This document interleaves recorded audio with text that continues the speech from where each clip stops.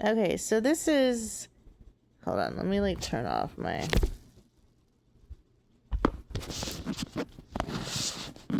Okay, so this is... How the hell does Aaron, Barry, Heath, Brayden, whatever, get away with this? It just didn't make sense to me. I'm like, how are you doing this? And like, the demons don't hate you. The angels don't question you. And the humans will obviously have them asleep. So let's go down the line. Demons. I always thought demons hated Jesus, right? Like, they absolutely hated him. And then I experienced it, and I'm like, oh, that's why they love you. Interesting. So one, he gives them all the tools to torture, bind, and blind humans. He rewards them for deceiving them. It's on us. He lets everything be a sin. Everything be a door. He doesn't teach them shit. They don't see anything spiritually with their eyes. He lets Satan and the demons confuse them, make them scared. You name it. They have no idea what's going on. They're continually traumatized. And usually whenever they go with God, they're tortured. So then they leave him quickly. They just want to enjoy life. Why do they want to be tortured and have their life go apart for just worshiping God? The demons get rewarded with cars, money, houses, sometimes celebrity status. Like Michael is going to, by being a rapper. For deceiving the anointed. Aaron, Brayden, they all hang out with them. They don't get reap what you sow. That's just their job.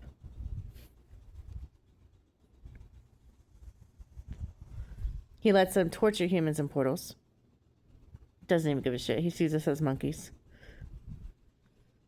He lets them torture them up here. Doesn't care. Doesn't give a shit.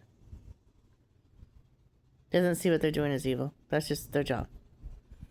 And if they bitch about not having the peace of heaven, he just lets them steal it from us. Yes, they're threatened continually by hell and blackmail. But then he lets them blackmail and put in jail humans, innocent humans. He lets them do so much shit. He lets them do anything he wants. The things he's let them happen to me, turn me blind, give me monkeypox, do scalar energy. He lets them just torture the living shit out of your body. He doesn't care. If it's not him, why should he care? He lets them torture your mind. Then we get in trouble for a thought, which is crazy to me. He gives them, like, Satan the same powers as God. He could cut your wings. He could do whatever he wants. They have everything. And then when they're done being, like, usually they'll probably not succeed in their mission. Maybe, I would say 1 out of, like, 100 times. That's about it. So then they have to go in the blender that Aaron made. But then they get to get out their anger and feel above humans by torching them in portals. So it evens out, right?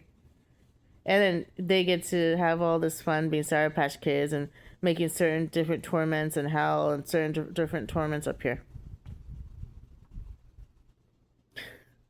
So that's how he gets away with demons not complaining or bitching and hating this game. And he even makes judgments with them outside my window. Then angels. That's a tricky one, but not really when you're awake.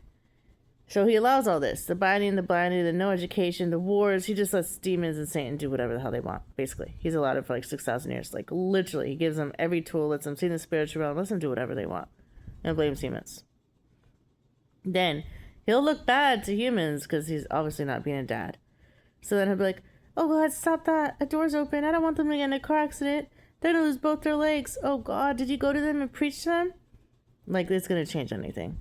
Like, you shouldn't smoke that heroin. When they're already addicted, they're in pain, there's no cures, they're influenced. Like, that's going to do anything. They're still going to do it. So then they do it. That door opens. Again, a car crash. They lose their legs.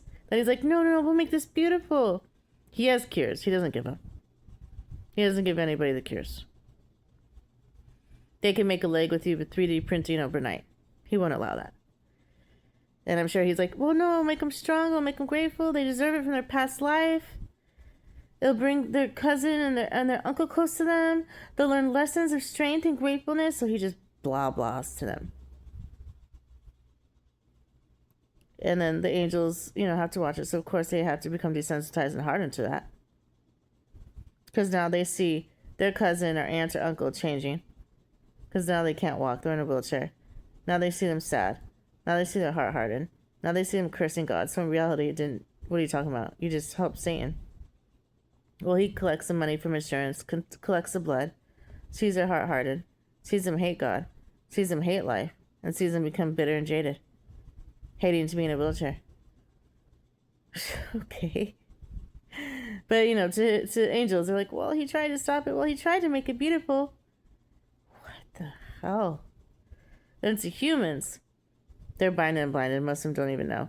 And he'll usually wake you up, especially if you're anointed and he doesn't like you, after a hot tub, like he did me. Then he'll let Satan and his crew completely gang stalk the living shit out of you. He'll leave you with your dad, your mom, everybody close to you, witches and warlocks. And then if you don't like you, he'll stop listening to your prayers by like age 10. So all of it goes through. Then you're already in a world with everything's a lie.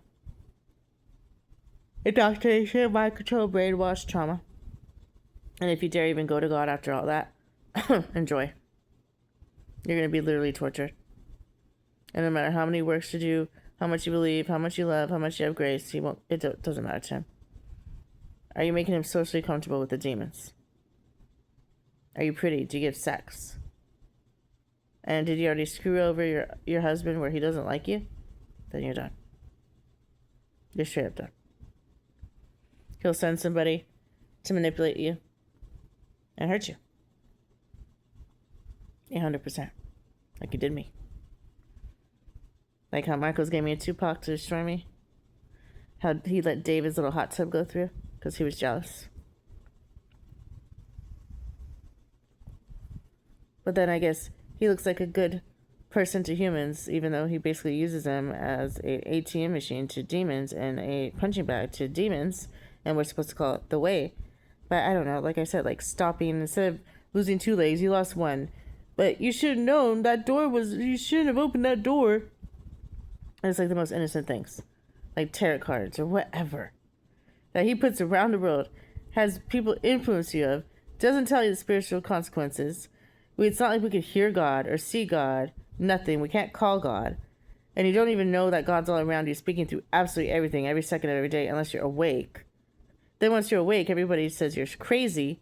So you can't even believe your actual, like, awakening process. Then he has all the anointed ones, like, just spread out where we can't even get in a group and be like, you understand that? I understand that. Because we're supposed to be, like, in this grid of, like, okay, let's use our heart and awaken the consciousnesses. So the more you have a heart, the more you're attacked. It's a sick game. It really is a sick game. Then if you're like me and you get the mark of the beast, he won't tell the angels what the hell happened to you. He'll keep your thoughts open. So they only judge you in your thoughts. Doesn't matter how sweet you are. What works you do. Doesn't matter. 0. At all. Whatsoever. And he'll just go through the line of the angels. So then to the angels, oh my God, he's trying to save her. No, he's just getting votes. If he was, why do you think, why would he not have zipped up my mind? Why would he approve the mark of the beast? Like, what? But again, they don't know that. I guess they don't think it's an intrusion of privacy and an unjust judgment if my thoughts are open. Apparently, he's done this to a lot. He gives the deceivers this ability. Like they don't know how this game works. Like, that's not the first thing they're going to do when they meet us. It's just unzip our mind. After the most they could do until they get okay approval to hurt our bodies is torture our mind with dance moves and demons and magic and continue convincing us to smoke and drink. Like, give me a break. So that once we wake up enough to leave, we're screwed. He already knows the process. He already knows. He already knows. If our minds mess up, we'll never get out. Ever. It's a sick game. It's from a very, very, very sick heart. And you see this judge is Braden and Aaron and Judith and Marcy and Elizabeth and Barry and Heath. And they are either watching TV all day, eating, or playing video games, or they're hanging out with demons, smoking meth or blues, homeless. They both don't do works. They both will deny God in a second. Then you have Michael Jackson, who's sweet, but the most he'll do is make a song. They don't care about us, but he won't make a movement. He won't do anything. He definitely won't heal you. He'll bring you sausages like he did me to suck dicks in hell. He doesn't break the script. The Mexican, usually he just speaks Spanish, so you can't really communicate with him. They all care about witches because they're pretty and give up sex. So it's like you're kind of screwed. Because we have Michael Jackson, Ed Sheeran, Jim Carrey, and the Mexican, I'm pretty sure he's Hyphy from TikTok, my Uncle Miguel, somebody. My Mexican dad, Ricky, one of them.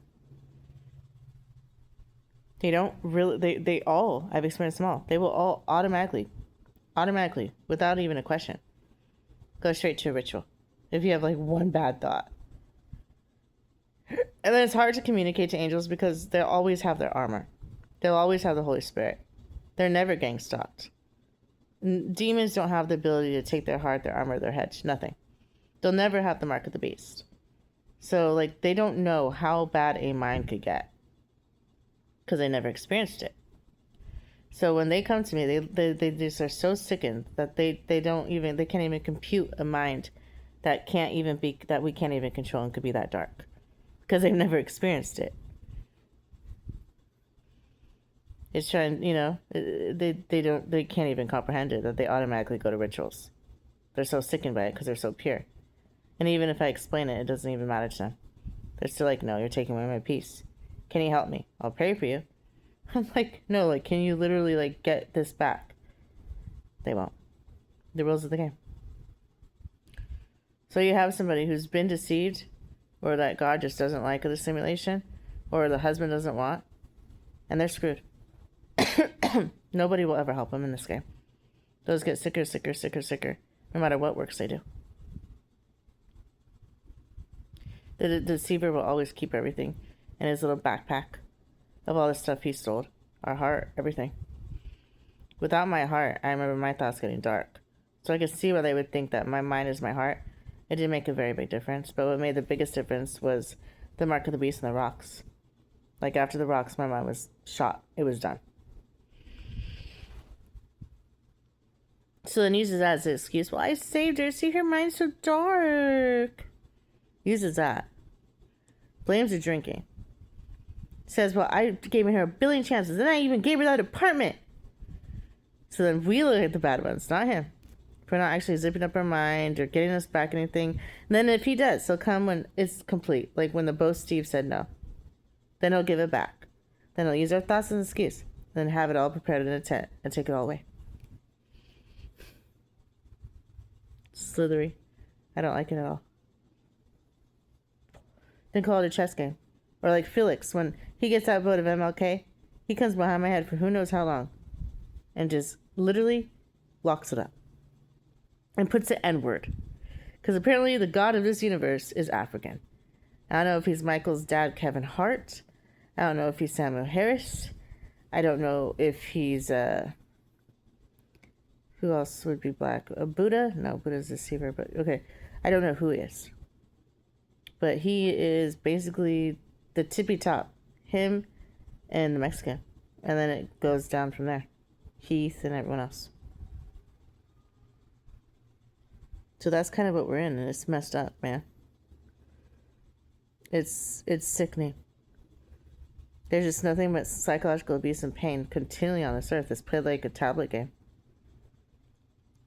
And the angels will never know what it's like to be threatened by things of hell or sprinklers. They'll never go through that fear. The demons, yeah. That's why they take it out on humans, because of course they hate it. It's just continual psychological abuse. So that's why they numb themselves so much. So yeah, I didn't make this. I had nothing to do with it. And if I could, and if I had the power to rewrite something or do something with my hand, I would. But we have in charge, like Michael, Aaron, Keith, Michael Jackson, the Mexican, Jim Carrey, and honestly, they are all in their own ways absolutely desensitized. And they don't care because none of them have actually been through hell. They've never been through pain. They've never been shamed in media. They've never been gang stalked. They've never had their body be tortured with scalar. They don't have that empathy chip in them, especially because they're not a woman. So yeah, yay!